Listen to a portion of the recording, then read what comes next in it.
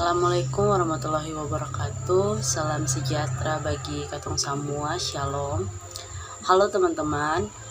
Perkenalkan, nama saya Yansen Nurmina. Saya dari Fakultas Keguruan dan Ilmu Pendidikan, Program Studi Pendidikan Pancasila dan Kewarganegaraan. Nama saya Prilewa Bula, NIM 2021-34030 kelas B. Di sini saya akan menjelaskan pengertian ejaan. Kemudian kita masuk pada pengertian ejaan. Ejaan adalah pengembaraan bunyi bahasa, kata, kalimat, dan lain sebagainya dalam tulisan, huruf-huruf, serta penggunaan tanda baca. Ejaan biasanya memiliki 3 aspek, yaitu 1. Aspek fonologis yang menyangkut pengembaraan fonem dengan huruf dan menyusunan abjad. 2. Aspek morfologis yang menyangkut pengembaraan satuan-satuan morfemis.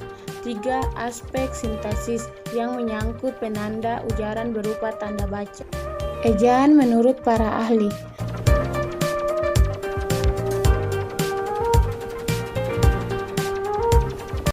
Perkenalkan, nama saya Triana Lagbulawal, NIM 2021-34032. Teman-teman, di siang hari ini saya akan membahas tentang ejaan Van Ophuijsen. Ejaan Van Ophuijsen atau ejaan lama adalah jenis ejaan yang pernah digunakan untuk bahasa Indonesia pada zaman kolonialisme Belanda. Ejaan ini digunakan untuk menuliskan kata-kata bahasa Indonesia menurut model yang dimengerti oleh orang Belanda, yaitu menggunakan huruf Latin dan bunyi yang mirip dengan tuturan Belanda. Ada 3 ciri penanda digual dalam ejaan Van Ophuijsen, yaitu yang pertama, penggunaan huruf J dibaca Y, yang kedua, penggunaan huruf OE dibaca U, dan yang ketiga, penggunaan tanda diakritik meliputi tanda koma, ain, dan trema. Huruf hidup yang diberi aksen trema pada 2 titik di atasnya seperti A, E, I, dan O menandai bahwa huruf tersebut dibaca sebagai satu suku kata, bukan dioftong, sama seperti ejaan bahasa Belanda sampai saat ini. Kebanyakan catatan tertulis bahasa Indonesia pada masa itu menggunakan huruf Arab yang dikenal sebagai tulisan Jawi. Ejaan ini akhirnya digantikan oleh ejaan Republik pada 19 Maret 1947. Perkenalkan, nama saya Belanda Nurjasi, NIM 2021-340. Di sini saya akan membahas materi tentang ejaan Van Ophuijsen, dan mari kita masuk dalam materi. Ejaan Van Ophuijsen atau ejaan lama adalah jenis ejaan yang pernah digunakan untuk bahasa Indonesia pada zaman kolonialisme Belanda. Ejaan ini digunakan untuk menuliskan kata-kata pada tanggal 19 Maret 1949 dan pada tahun 1901 diadakan pembakuan ejaan bahasa Betawi yang pertama kali oleh Profesor Charles Van Ophuijsen dibantu oleh Nawawi, Theotan, Samuel, dan Mo. Menurut model yang dimengerti oleh orang Belanda, yaitu menggunakan huruf Latin dan bunyi yang mirip dengan tuturan Belanda. Ada 3 ciri penanda dual dalam ejaan Van Ophuijsen, yaitu yang pertama, penggunaan huruf J yang dibaca Y, yang kedua, tali Sultan Ibrahim, hasil pembakuan mereka yang dikenal dengan ejaan Van Ophuijsen, ditulis dalam buku berjudul Kitab Logal Melayu. Dalam kitab itu dimuat sistem ejaan Latin bahasa Melayu.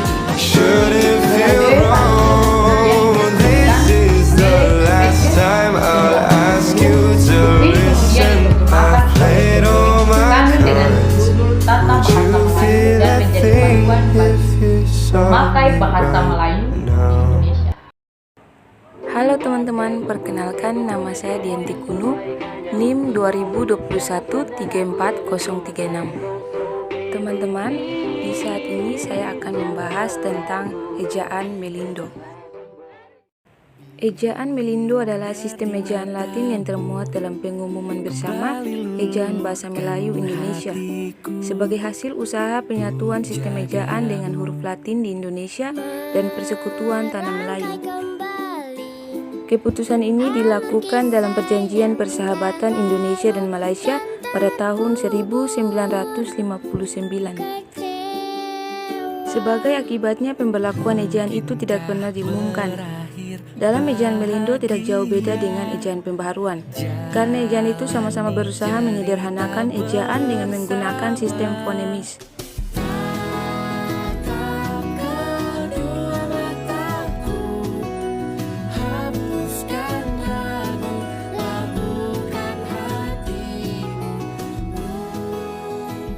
Teman-teman, perkenalkan nama saya Ingin Punuraha, NIM 2021-34038 kelas B. Di sini saya akan menjelaskan tentang ejaan Melindo. Ejaan Melindo adalah sistem ejaan Latin yang termuat dalam pengumuman bersama Ejaan Bahasa Melayu Indonesia sebagai hasil usaha penyatuan sistem ejaan dengan huruf Latin di Indonesia.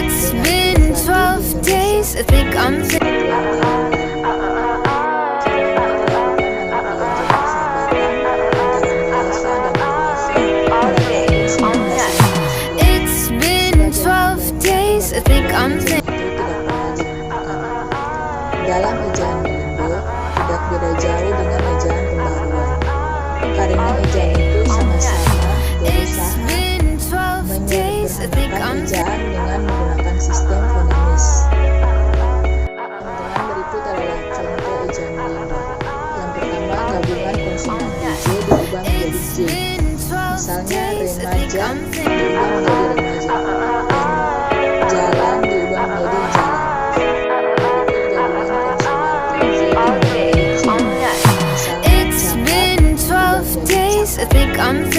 Dan berikut baca, baja diubah menjadi baca. Gabungan NJ diubah menjadi NJ. Misalnya sunji diubah menjadi sunyi dan nyala diubah menjadi nyala. Ya, di sini saya akan menjelaskan pengertian EID atau ejaan yang disempurnakan. Ejaan yang disempurnakan adalah tata bahasa dalam bahasa Indonesia yang mengatur penggunaan bahasa Indonesia dalam tulisan, mulai dari pemakaian dan penulisan huruf kapital dan huruf miring, serta penulisan unsur syarat.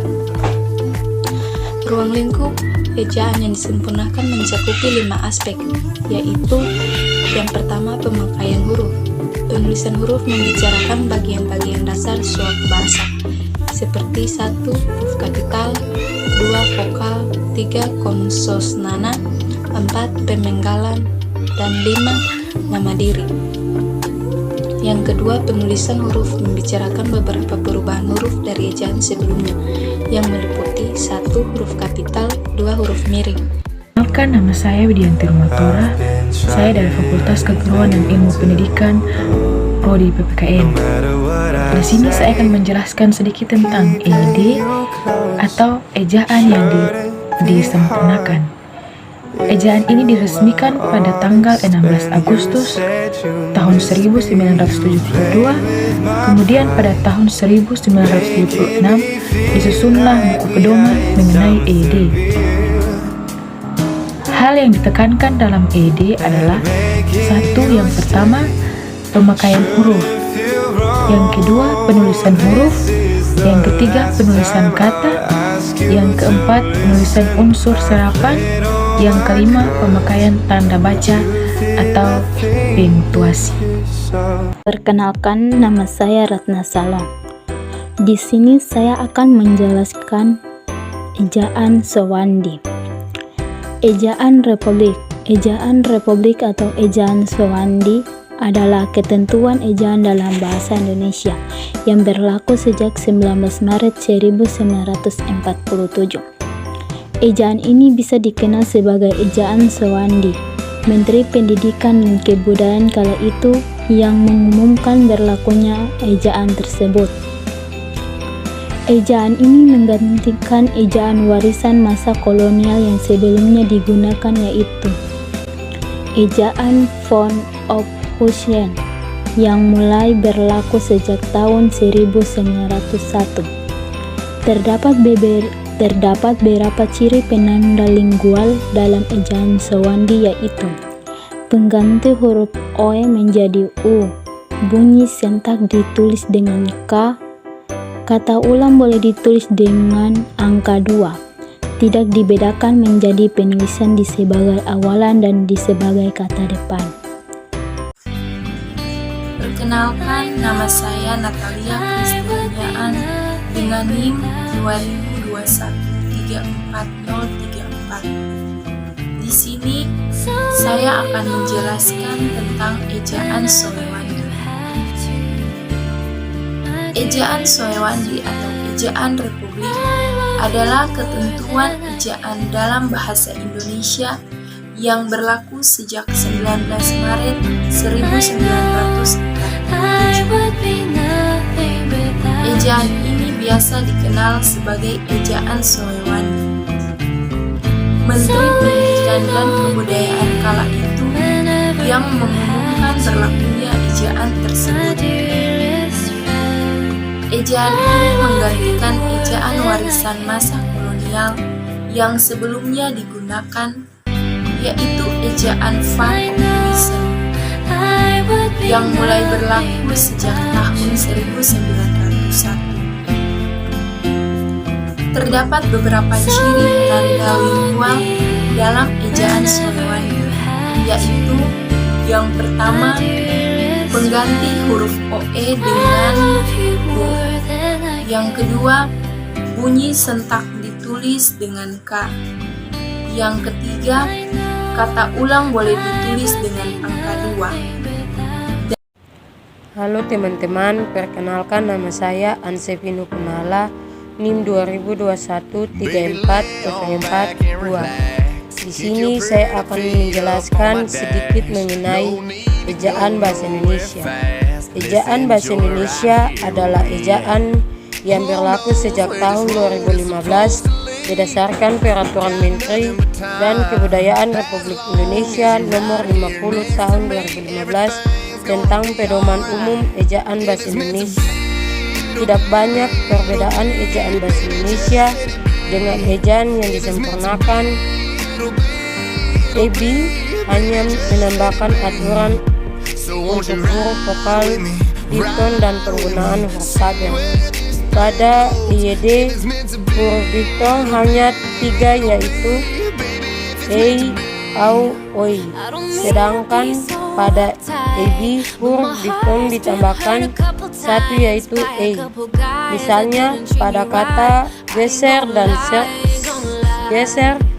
survei. Untuk penggunaan huruf tabel dalam IED, fungsi huruf tabel ada 3, yaitu menuliskan judul, buku, bab, dan semacamnya.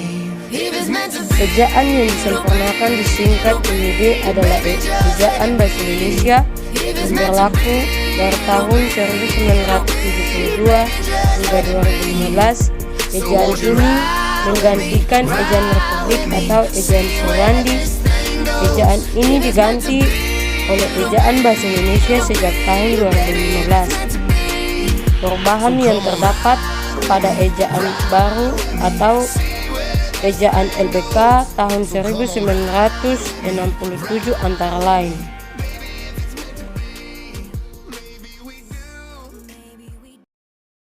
Ya teman-teman, perkenalkan nama saya Andre Salih Ferdinandus. Di sini saya akan menjelaskan tentang perbedaan ejaan bahasa Indonesia dan ejaan yang disempurnakan.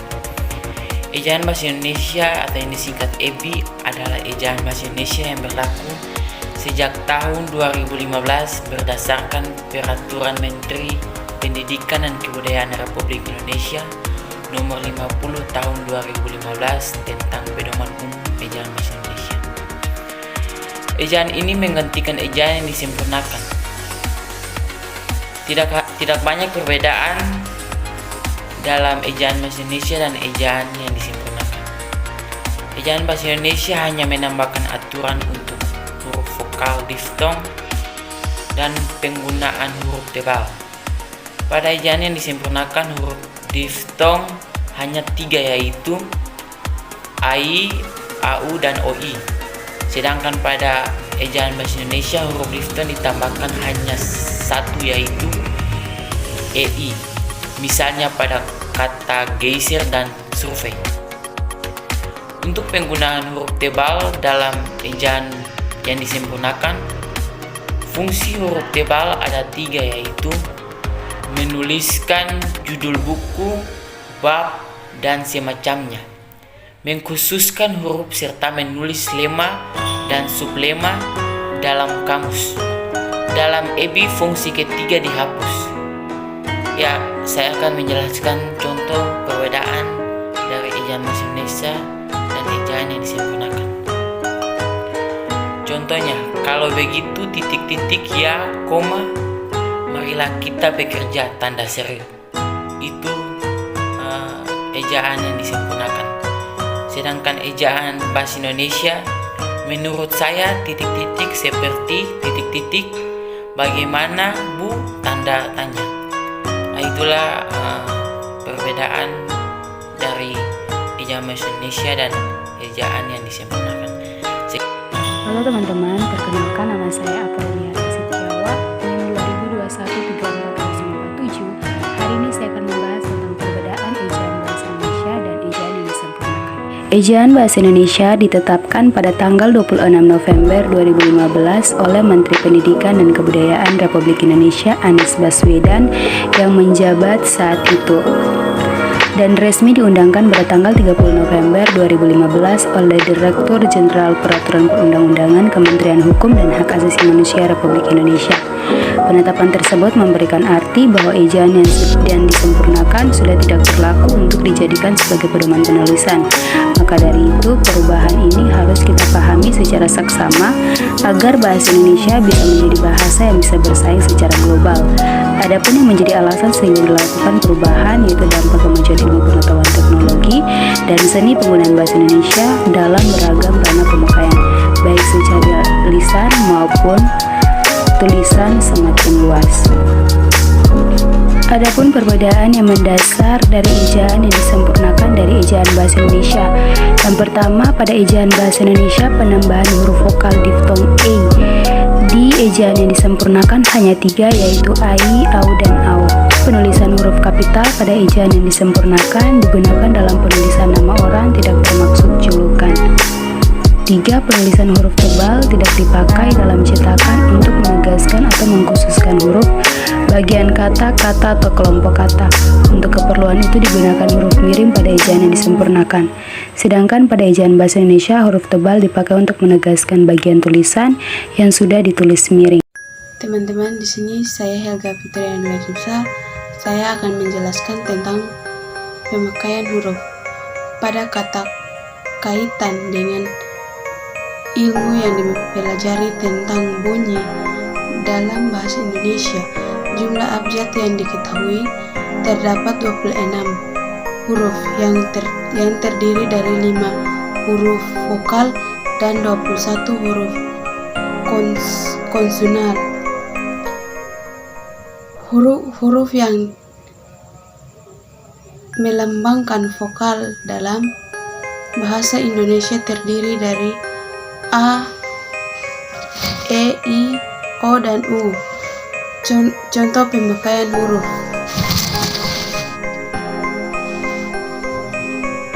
Huruf kata, vokal, posisi awal, posisi tengah, dan posisi akhir.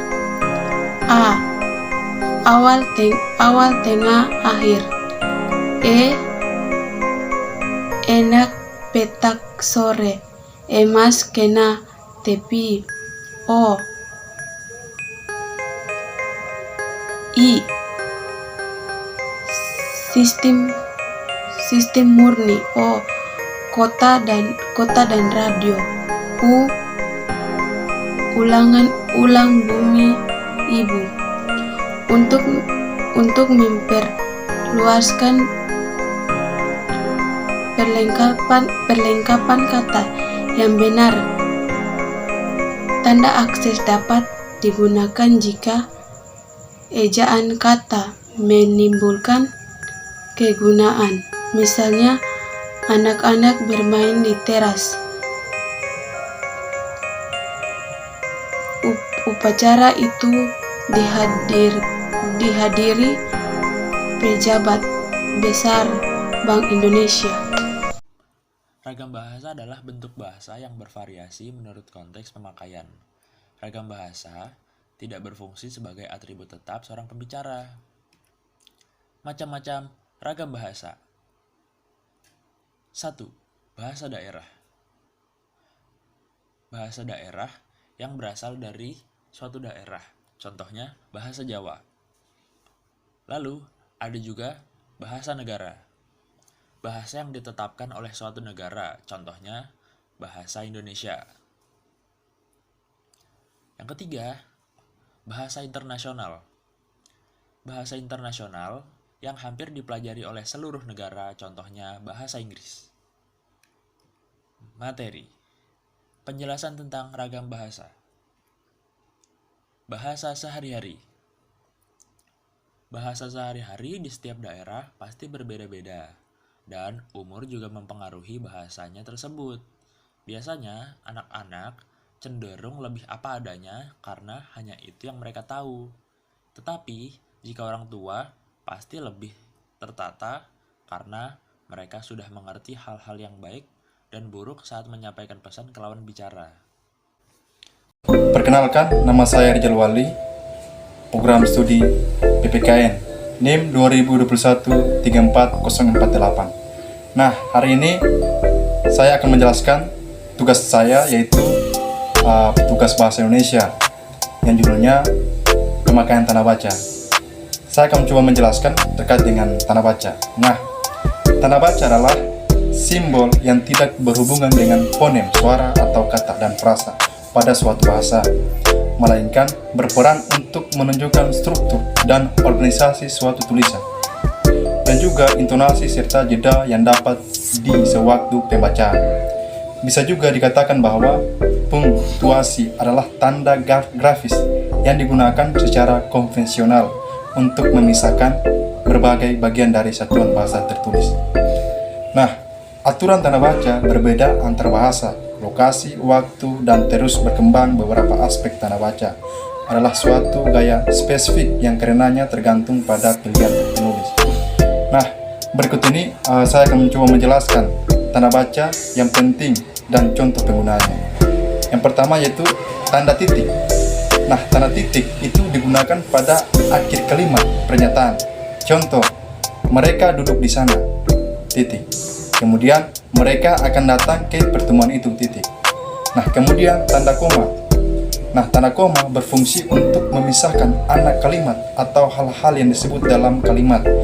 Juga untuk keperluan singkatan, gelar, dan angka-angka. Contohnya, jika kamu bukan hewan, jin, atau setan, maka dengarkan apa yang gurumu katakan. Kemudian, tanda titik dua. Nah, tanda titik dua berfungsi untuk mengawali penguraian suatu kalimat. Contohnya, mereka memerlukan perobotan rumah tangga, titik dua. Kursi koma, meja koma, dan lemari. Perkenalkan, nama saya Alexander Frenson Arhawarin. Saya mahasiswa dari Universitas Patimura Ambon, Fakultas Ilmu Keguruan dan Pendidikan, Program Studi Pendidikan Pancasila dan Kewarganegaraan. Di video kali ini kita akan membahas penulisan unsur serapan. Kalian mau tahu videonya seperti apa? Selamat menyaksikan. Berikut ini ada beberapa bahasa yang mendukung bahasa Indonesia. Yang pertama bahasa Nusantara, yang kedua bahasa Arab, yang ketiga bahasa Sangsekerta, keempat bahasa Barat, kelima bahasa Timur Jauh, keenam bahasa Melayu. Berikut beberapa contoh unsur serapan dari bahasa Arab. Pertama, pikir. Pikir dari bahasa Arab fikrun, tetapi penulisannya bukan menggunakan F, tetapi menggunakan P, pikir. Kemudian zaman dengan Z, bukan dengan J. Ini juga dari bahasa Arab, zamanun. Kemudian ada juga rezeki menggunakan Z, bukan J. Bahasa Arabnya rizkun. Berikut unsur serapan dari bahasa barat. Pertama, korsleting, bukan konsleting. Kemudian ada kualitas, pakai U, bukan pakai W, karena kita menggunakannya dari bahasa Inggris, quality. Kemudian ada diagnosis yang betul, bukan diagnosa. Terakhir, utamakan bahasa Indonesia, lestarikan bahasa daerah, kuasai bahasa asing. Pertama, perkenalkan nama saya Heni Veronica Lipali, NIM 2021-74050. Ada 8 pemakaian huruf. Yang pertama, huruf abjad. Yang kedua, huruf vokal. Yang ketiga, huruf konsonan.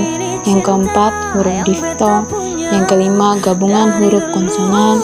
Yang keenam, huruf kapital. Yang ketujuh, huruf miring. Yang kedelapan, huruf tebal. Yang pertama, huruf abjad. Huruf abjad adalah sebuah sistem tulis yang berdasarkan lomba fonem, vokal, dan konsonan. Yang kedua, huruf vokal. Huruf vokal adalah huruf melambangkan vokal dalam bahasa Indonesia yang terdiri atas 5 huruf, yaitu A, E, I, O, dan U. Yang ketiga, huruf konsonan. Huruf konsonan adalah huruf yang melambangkan konsonan. Huruf konsonan. Huruf konsonan melambangkan konsonan dalam bahasa Indonesia, terdiri atas huruf-huruf B, C, D, F, A, J, K, M, N, P, Q, R, S, T, V, W, X, V, W, X, Y, dan Z. Yang berikut huruf difton. Dalam bahasa Indonesia, terdapat diftong yang dilambangkan dengan ai, au, dan ao. Misalnya, pandai, saudara, dan ampun. Perkenalkan, nama saya Natis Wengisi. Di sini saya akan menjelaskan sedikit tentang pemakaian huruf dan penulisan kata dalam ejaan EYD. Di sini saya akan pertama menjelaskan pemakaian huruf. Pemakaian huruf di sini terdapat 7 bagian. Yang pertama abjad, yang kedua vokal, yang ketiga konsonan, yang keempat gabungan huruf konsonan, yang keenam pemenggalan, yang ketujuh nama diri tidak dijelaskan di bawah. Nah, di sini jadi ejaan bahasa Indonesia itu menggunakan 26 huruf di dalam abjadnya. Jadi dari A sampai Z atau beberapa di antara itu merupakan usaha untuk memajukan ejaan bahasa Indonesia sehingga dapat mengikuti perkembangan kosakatanya. Jadi huruf abjad. Huruf abjad yang digunakan dalam bahasa Indonesia terdiri dari huruf berikut. Yang pertama, huruf vokal. Huruf vokal adalah huruf yang melambangkan vokal dalam bahasa Indonesia, terdiri atas huruf A, E, I, O, dan U. Yang C, huruf konsonan. Huruf yang melambangkan konsonan dalam bahasa Indonesia terdiri atas huruf-huruf B, C, D, F, H, J, K, M, N, P, Q, R, S, T, U, V, W, X, Y, dan Z. Nah, yang keempat huruf D, diftong. Di dalam bahasa Indonesia terdapat diftong yang dilambangkan dengan A, ai, au, dan oi. Misalnya pandai, saudara, dan amboy. Yang kelima, gabungan huruf konsonan. Jadi di dalam bahasa Indonesia terdapat 4 gabungan huruf yang melambangkan konsonan, yaitu KH, NG, NY, dan SY. Masing-masing melambangkan satu bunyi konsonan, misalnya khusus, ngilu, nyata, dan syarat. Yang keenam F, pemenggalan kata. Nah, pemenggalan kata pada kata dasar dilakukan sebagai yang pertama, jika di tengah kata ada vokal yang berurutan, pemenggalan itu dilakukan di antara kedua huruf vokal. Itu misalnya MAINSAAT. Perkenalkan, nama saya Rosdiana Tuarea. Di sini saya akan membahas sedikit materi mengenai penulisan kata. Di dalam penulisan kata terbagi atas beberapa bagian, yaitu 1. Kata dasar yang ditulis sebagai satu kesatuan. Contohnya, ibu percaya bahwa engkau tahu. 2. Kata turunan yang bisa dilihat pula penjabaran di bagian kata turunan. Seperti 1. Imbuhan atau awalan, sisipan, akhiran yang ditulis serangkai dengan kata dasar. Contohnya, bergeletar, dikelola. 2. Jika kata dasar berbentuk gabungan kata, awalan atau akhiran ditulis serangkai dengan kata yang langsung mengikuti atau mendahuluinya. Tanda hubung boleh digunakan untuk memperjelas. Contohnya, bertepuk tangan, garis bawahi. 3. Jika kata dasar berbentuk gabungan kata, mendapat awalan dan akhiran sekaligus. Unsur gabungan ditulis serangkai. Tanda hubung boleh digunakan untuk memperjelas. Contohnya, menggarisbawahi, dilipat gandakan. 3. Beberapa gabungan kata yang sudah lazim dapat ditulis serangkai. Lihat bagian gabungan kata yang ditulis serangkai. 4. Jika salah satu unsur gabungan hanya dipakai dalam kombinasi, gabungan kata ditulis serangkai. Contohnya, adipati, mancanegara. 5. Jika kata dasar huruf awalnya adalah huruf kapital, diselipkan tanda hubung. Contohnya, non, kurang, Indonesia. 3. Bentuk ulang ditulis secara lengkap dengan menggunakan tanda hubung, baik yang berarti tunggal atau lumba-lumba, kupu-kupu, jamak atau anak-anak, buku-buku, maupun yang berbentuk berubah beraturan atau sayur-mayur, ramah-tamah. 4. Gabungan kata atau kata majemuk terbagi atas beberapa bagian, yaitu 1. Gabungan kata termasuk istilah khusus, ditulis terpisah. Contohnya, duta besar, orang tua, ibu kota, sepak bola. 2. Gabungan kata termasuk istilah khusus yang mungkin menimbulkan kesalahan pengertian, dapat ditulis dengan tanda hubung untuk menegaskan pertalian. Contohnya, alat pandang kurang dengan anak kurang istri saya. Ya teman-teman, di sini saya akan melanjutkan materi yang telah dipaparkan oleh teman saya tadi, Rosdiana. Gabungan kata termasuk istilah khusus, ditulis terpisah. Contoh, duta besar, orang tua, ibu kota, sepak bola. Yang kedua, gabungan kata termasuk istilah khusus yang mungkin menimbulkan kesalahan pengertian, dapat ditulis dengan tanda hubung untuk menegaskan pertalian.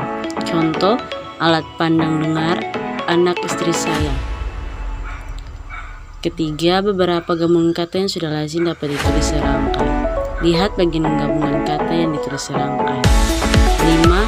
Kata ganti, kau, ku, mu, nya ditulis serangkai.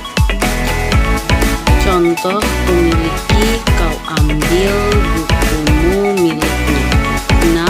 Kata depan atau preposisi di, koma, ke, koma, dari ditulis terpisah kecuali yang sudah lazim seperti kepada, daripada, keluar, kemari, dan lain-lain.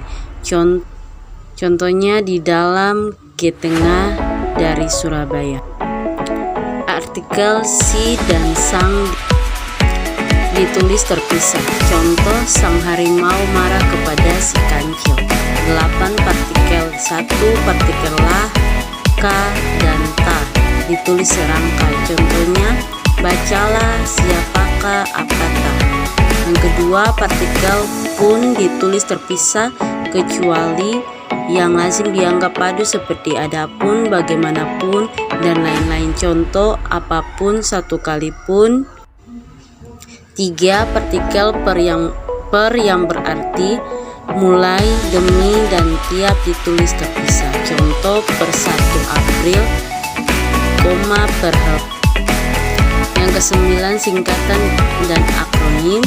Yang ke-10, angka dan bilangan. Saya Siskawati Letupa. Saya di sini akan menjelaskan sedikit mengenai tanda baca dan berikan contohnya. Yang pertama, tanda titik. Tanda titik dipakai pada akhir kalimat yang bukan pertanyaan atau seruan. Contohnya, ayahku tinggal di Solo. Yang kedua, tanda koma. Tanda koma dipakai di antara unsur-unsur dalam suatu perincian atau pembilang. Contohnya, saya membeli kertas, pena, dan tinta. Tanda koma. Tanda koma dapat dipakai untuk memisahkan bagian-bagian kalimat yang sejenis dari setara. Contohnya, malam makin larut, pekerjaan belum selesai juga. Tanda titik dua. Tanda titik dua dapat dipakai pada akhir suatu pertanyaan lengkap jika diikuti rangkaian atau pemberian. Contohnya, kita sekarang memerlukan perabotan rumah tangga, kursi, meja, dan lemari. Tanda hubung. Tanda hubung menyambung suku-suku kata dasar yang dipisahkan oleh pergantian baris. Contohnya, di samping cara lama itu, ada juga yang baru. Yang keenam, tanda pisah. Tanda pisah membatasi penyisipan kata atau kalimat yang memberikan penjelasan di luar bangun kalimat. Contohnya, kemerdekaan bangsa itu yakin akan tercapai diperjuangkan oleh bangsa itu sendiri. 7. Tanda tanya. Tanda tanya dipakai pada akhir kalimat tanya. Contohnya, kapan kita berangkat? Yang kedelapan, tanda seru. Tanda seru dipakai sesudah ungkapan atau pernyataan yang berupa seruan atau perintah yang menggambarkan kesungguhan, ketidakpercayaan, atau rasa emosi yang kuat. Contohnya, alangkah seramnya peristiwa itu. Perkenalkan, nama saya Sarah Kolensusu dengan NIM 2021-34054. Di sini saya akan menjelaskan sedikit tentang pemakaian tanda-tanda baca. Yang pertama, tanda elipsis. Tanda baca elipsis memiliki simbol berupa titik-titik atau tanda titik-titik berjumlah. Tanda ini digunakan untuk menandai kalimat yang terputus-putus atau bagian kalimat yang dihilangkan. Contohnya, dalam Undang-Undang 1945 disebutkan bahwa bangsa negara ialah. Yang kedua, tanda petik. Tanda petik atau tanda kutip adalah tanda baca yang digunakan secara berpasangan untuk menandai ucapan, kutipan, frasa, atau kata. Ada dua jenis tanda petik, yaitu tunggal dan ganda. Dalam bahasa Indonesia, istilah tanda petik umumnya merujuk pada tanda petik ganda atau disebut juga tanda petik dua, yaitu merdeka atau mati. Yang ketiga, tanda petik tunggal. Tanda petik tunggal dipakai untuk mengapit makna, terjemahan, atau penjelasan kata atau ungkapan kata. Contohnya, kita bangga karena lagu Indonesia Raya.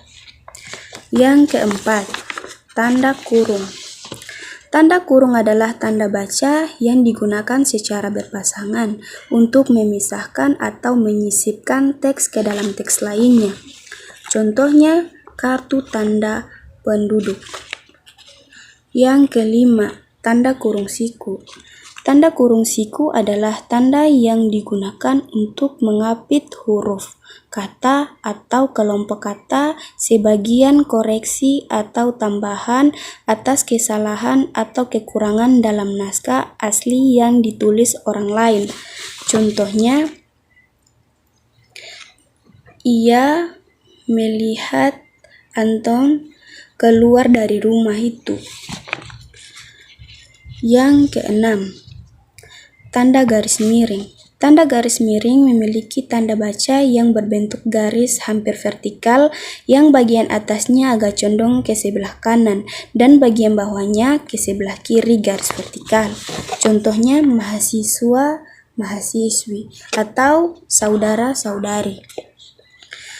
Yang ketujuh, Tanda penyingkat. Tanda penyingkat atau apostrof adalah tanda baca yang dipakai untuk menunjukkan penghilangan bagian kata atau bagian angka tahun dalam konteks tertentu. Contohnya, malamlah tiba.